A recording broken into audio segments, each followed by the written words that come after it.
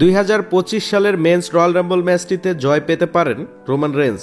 অর্থাৎ Roman Reigns তিনি জিততে পারেন 2025 সালের মেন্স রয়্যাল রাম্বল ম্যাচ। আপনারা যেমনটা জানেন, রোমান রেন্স তিনি নিজেকে অফিসিয়ালি কনফার্ম করেছেন 2025 সালের মেন্স রয়্যাল রাম্বল ম্যাচের জন্য। পল হেইম্যান এসে রোমান রেন্সের পক্ষ থেকে বেশ কিছু প্রোমো কার্ড করেছিলেন এবং সেইখানে রোমান রেন্সকে অফিসিয়ালি কনফার্ম করেছেন রয়্যাল রাম্বলের জন্য। সেখানে পল হেইম্যান তিনি ঘোষণা করেছেন 2025 সালের মেন্স রয়্যাল রাম্বল ম্যাচটিতে এন্ট্রি নেবেন রোমান রেন্স। শুধু এন্ট্রি নেবেন এমনটা কিন্তু নয়, রোমান রেন্স 2025 সালের মেন্স রয়্যাল রাম্বল ম্যাচটিতে জয় পাবে এমন কিছু জানিয়েছেন পল হেইম্যান। পল হেইম্যান আরও জানিয়েছেন, রোমান রেন্স রয়্যাল রাম্বল জেতার পরেই তিনি চ্যাম্পিয়নশিপের জন্য ম্যাচ লড়বেন। তিনি যে কোনো একজন চ্যাম্পিয়নকে চ্যালেঞ্জ করবেন, সেটা ওয়ার্ল্ড হেভিওয়েট চ্যাম্পিয়নশিপ হোক অথবা আনডিসপিউটেড WWE ইউনিভার্সাল চ্যাম্পিয়নশিপ হোক, যে কোনো একটি চ্যাম্পিয়নশিপের জন্য রেসলমেনিয়াতে রোমান রেন্স ম্যাচ লড়তে চান।